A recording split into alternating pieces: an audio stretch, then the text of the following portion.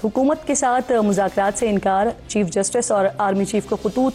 गुज़िश्ता कुछ दिनों से हम देख रहे हैं कि तहरीक इंसाफ की सियासत में एक नई हिकमत अमली नज़र आ रही है।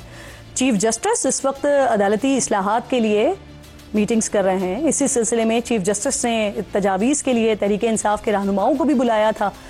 इससे पहले वो ऐसी ही एक मुलाकात वज़ीर आज़म शहबाज शरीफ की सरबराही में हुकूमती वफ्द से भी कर चुके हैं।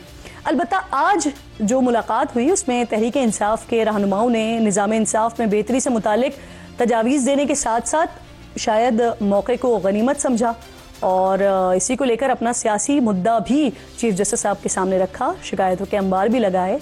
इस मुलाकात के बाद प्रेस कॉन्फ्रेंस की तहरीक इंसाफ ने और दावा किया कि chief justice of Pakistan mister justice Yahya Afridi ने उन्हें मामलात हल करने की यकीन दहानी करवाई है। आज चीफ जस्टिस के साथ पाकिस्तान तहरीक इंसाफ के डेलीगेशन ने मुलाकात की है। हमने उनको सारे मुश्किलात जो पाकिस्तान तहरीक इंसाफ फेस कर रही है वो सब कुछ हमने चीफ जस्टिस के सामने किया। उन्होंने हमें ये बावर कराया अपने तरफ से कि मैं ऐसे इकदाम ज़रूर करूँगा जिससे ये सारे का कोई ना कोई हल हमने निकालना है और मैं मेक श्योर करूँगा कि आपके इस जो गुजारिशात आप लोगों ने की है और जो मसाइल बयान किए इसके लिए हम कोई हल निकालें। दूसरी तरफ नाजरीन, सुप्रीम कोर्ट के एलामिये में कहा गया है कि चीफ जस्टिस ने पीटीआई वफ्द को यकीन दहानी करवाई है कि टैक्स मुकदमात जल्द निपटाने और सुप्रीम कोर्ट में ज़ेर इल्तिवा मुकदमात की जो मजमूई तादाद है उसमें कमी उनकी अवलीन तरजीह है। जबकि अपोजिशन लीडर उमर अयूब ने मुलाकात में कैद इमरान खान, पीटीआई रहनुमाओं और कारकुनों को दरपेश मसाइल उजागर किए।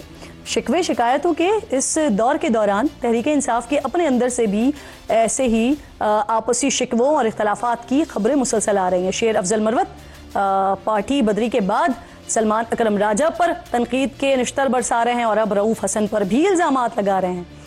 इसी दरमियान नाज़रीन, पीटीआई खैबर पख्तूनख्वा के नौ मुंतखब सदर जुनैद अकबर साहब, इनकी एक मुबैना ऑडियो लीक सामने आती है जिसमें वो पार्टी के अंदर ग्रुप बंदी की बातें करते हुए सुनाई देते हैं। साथ ही वो ये शिकवा भी करते हुए सुनाई देते हैं कि पार्टी में गलत लोगों को सपोर्ट किया जा रहा है। इस हलचल के दौरान ही तर्जुमान JUIF असलम गौरी साहब की अहम ट्वीट सामने आई है जिसमें वो कह रहे हैं कि मौलाना के इत्तेहाद में शमूलियत से ऑपोजिशन मजीद मजबूत होगी। वो आहिस्ता आहिस्ता ग्रैंड अलायंस की तरफ बढ़ रहे हैं। साथ ही उनका कहना है कि JUI की ऑपोजिशन इत्तेहाद में शमूलियत के खबरों से कुछ हलकों को तकलीफ है और जिनको तकलीफ है वही बेबुनियाद खबरें चलवा रहे हैं। इन तमाम बातों में कितनी हकीकत है, कितना फसाना है, ये बातों को डिस्कस करने के लिए ही प्रोग्राम में मेरे इंतहाई मोअज़्ज़ज़ मेहमान हैं, पाकिस्तान तहरीक इंसाफ के अहम रहनुमा हैं, सरबराह हैं थिंक टैंक के रऊफ हसन साहब मुझे ज्वाइन कर रहे हैं। बहुत शुक्रिया रऊफ साहब, अस्सलाम वालेकुम। रऊफ साहब, सबसे पहले सर मुझे ये फरमा दीजिए, अदालती इस्लाहात के हवाले से आज चीफ जस्टिस साहब ने आप लोगों को बुलाया था, उनके सामने काफ़ी सारी बातें हुई, जो मसाइल पिछले कुछ अरसे से पाकिस्तान तहरीक इंसाफ फेस कर रही है उन तमाम मसाइल को भी डिस्कस किया गया।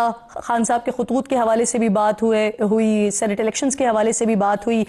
चीफ जस्टिस साहब ने कमीशन समेत दीगर मामलात पर कुछ तजावीज़ आप लोगों से मांगी है, बता सकते हैं कि उन्होंने क्या कोई यकीन दहानी भी करवाई है आपको? Thank you very much. मैं उस सिलसिले में तो बात नहीं कर सकता, लेकिन ये ज़रूर कह सकता हूँ कि हाँ, हमने अपने तमाम मसाइल जो हैं, जो हम लीगल फोरम के ऊपर फाइट कर रहे हैं और उनको सॉल्व करने की कोशिश कर रहे हैं, वो तमाम मामलात जो हैं वो उनके सामने रखे और ये भी बताया कि ये 26 कॉन्स्टिट्यूशनल अमेंडमेंट के बाद उन्होंने ये मजीद गंभीर होते हुए नजर आ रहे हैं। तो जो आपने खुद ही अपने इब्तदाइया में कहा दिया है कि किन किन चीज़ों के बारे में जितने भी इश्यूज हैं उनको हमने उनके सामने रखा है। अब ये चीफ जस्टिस साहब की रिस्पॉन्सिबिलिटी बनती है कि वो पाकिस्तान में जुडिशरी के हेड की मुनासबत से वो उनके ऊपर इंश्योर करें कि उनको आइन और कानून के तकाजों के मुताबिक किया जाता है और इंसाफ जो है वो डिलीवर होता है। अच्छा रऊफ साहब, ये सारे वो मसाइल हैं जो आप लोगों ने चीफ जस्टिस साहब के सामने रखे हैं, ये सारे मामला तो अदालतों में ऑलरेडी मौजूद हैं, तो चीफ जस्टिस साहब के सामने रखने से क्या फायदा होगा सर?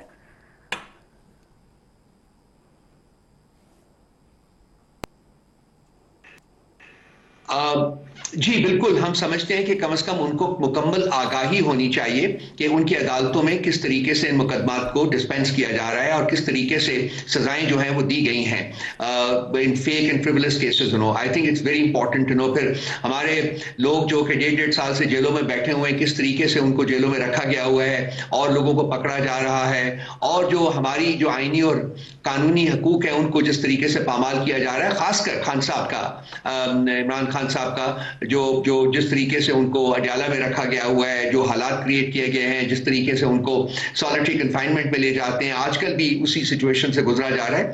तो ये बहुत जरूरी था कि चीफ जस्टिस साहब बजाते खुद ये सब कुछ सुने और वो एक अपनी अप्रेजल करके, और हम उनसे उम्मीद करते हैं कि जी वो इंश्योर करेंगे, he is the chief justice of Pakistan, तो वो इंश्योर करेंगे कि इंसाफ के तकाजे जो हैं वो पूरे होने शुरू हों, जो कि अनफॉर्चुनेटली बदकिस्मती से इस वक्त तक जबकि आप और हम बात कर रहे हैं ये इंसाफ के तकाजे पूरे नहीं हो रहे।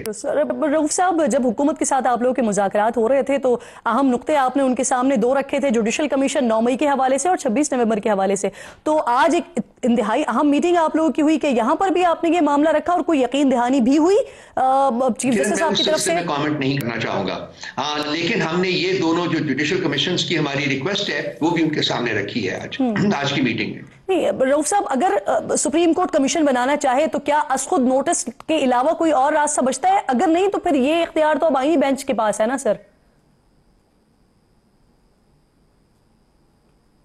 जी, ये जो है इसका जवाब तो हमारी जो लीगल टीम है वो ज्यादा बेहतर तरीके से दे सकेगी, या चीफ जस्टिस साहब जिनके हजूर ये सब कुछ पेश किया गया है वो तो खुद आगाह होंगे ना कि वो उनकी पावर्स कहां तक है और किस आईनी शिक के तहत वो ये काम कर सकते हैं। बिल्कुल ठीक। अब सर थोड़ा सा गुफ्तगू को आगे बढ़ाते हुए अब जरा ये जो पाकिस्तान तहरीक इंसाफ के हवाले से बात हो रही है ना, क्योंकि जिन हालात से आप लोग पिछले 2, 2.5, 3 साल से गुजर रहे हैं तो इस वक्त तो पार्टी के अंदर यूनिटी की जरूरत है, लेकिन मुख्तलिफ हिस्से बकरे नजर आ रहे हैं सर, मुख्तलिफ ग्रुपिंग नजर आ रही है, दावे नजर आ रहे हैं। अब जुनेद अकबर साहब का भी एक ऑडियो लीक हुआ, उसमें भी इसी तरह की बातें हो रही हैं। शेर अफजल मरवत साहब पार्टी बदर होते हैं, उसके बाद उनके हलीफ भी सर, क्या वो इस्तेमाल हो रहे हैं? साहब का सवाल है तो ये पहला मौका नहीं है कि उनको शो कॉज नोटिस दिया गया था जिसके नतीजे में उनको पार्टी से निकाला गया है। इससे पहले भी मेरा ख्याल है 7-8 दफा उनको शो कॉज नोटिस दिए गए थे।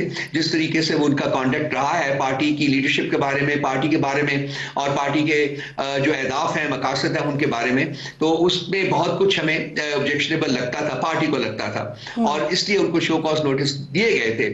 कोर कमेटी से उनको खारिज किया गया था, पॉलिटिकल कमेटी से उनको खारिज किया गया था, उनके पास जो पार्टी का होता था वो उनसे ले लिया गया था। ये पास्ट में होता रहा है, लेकिन अनफॉर्चुनेटली उनके साथ उनको कंसल्ट किया, उनको समझाने की कोशिश की पार्टी के मुख्तलिफ लोगों ने, सीनियर अरकान ने, लेकिन उनका जो रवैया था उसमें किसी किस्म की तब्दीली नहीं हुई। इसलिए मजबूरन हमने उनको पार्टी से, खान साहब ने उनको डालने का फैसला किया और वो अब एग्जीक्यूट हो चुका हुआ है। ये तो हो गया जो पार्टी के अंदर जो लोग हैं उसमें इनका जो कॉन्डक्ट है वो कोई नई बात नहीं थी, ये बड़ी देर से इस तरह से चल रहा था। बाकी इसके अलावा एक और एजेंडा के तहत पार्टी के अंदर डिसयूनिटी क्रिएट करने की कोशिश की जा रही है और उसमें कुछ लोग जो हैं वो छोड़े गए हैं, मैं उनको टाउट्स कहूंगा, वो छोड़े गए हैं और वो पार्टी के बारे में मुख्तलिफ स्टेटमेंट्स दे रहे हैं। हालांकि वो पार्टी से निकाले जा चुके हुए हैं, उनका पार्टी का कोई ताल्लुक नहीं है, वो पार्टी में उनकी कबूलियत नहीं है, लेकिन इसके बावजूद वो कहते हैं, किसी जबान में कहते हैं जी चाचे मामे बने हुए पार्टी के। तो कबूलियत ना होने की वजह से उनकी फ्रस्ट्रेशन में इजाफा हो रहा है। मैं आपको ये यकीन दिलाना चाहता हूं कि इतनी बड़ी पॉलिटिकल पार्टी में मुख्तलिफ आरा होना, किरण, वो एक बड़ी नॉर्मल सी बात है।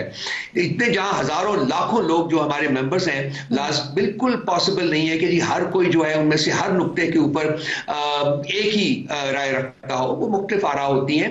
पार्टी जो है वो आपस में उन आरा को डिस्कस करके एक ओपिनियन जो है, एक फैसला जो है वो करती है और उसके बाद तमाम लोगों के ऊपर सादिर हो जाता है, लाजिम हो जाता है कि वो उस फैसले का एहतराम करें और उसको पब्लिक फोरम के ऊपर जाकर डिस्कस ना करें। ये पार्टी के डिसिप्लिन का तकाजा होता है। तो ये कोई ग्रुपिंग नहीं है, मैं इसको ग्रुपिंग नहीं कहूंगा। हाँ, मुख्तलिफ आरा मौजूद हैं, बिल्कुल मौजूद हैं, और पार्टी इंकरेज करती है कि लोग अपने आप को एक्सप्रेस करें, जितना भी फ्रैंकली एक्सप्रेस कर सकते हैं उतना ही बेहतर इनपुट मिलता है और उतना ही बेहतर जो है पार्टी की पॉलिसीज बनाने में मदद मिलती है। चलिए सर, ये आपने बड़े पॉजिटिव वे में एक डिफरेंट एस्पेक्ट दिया है।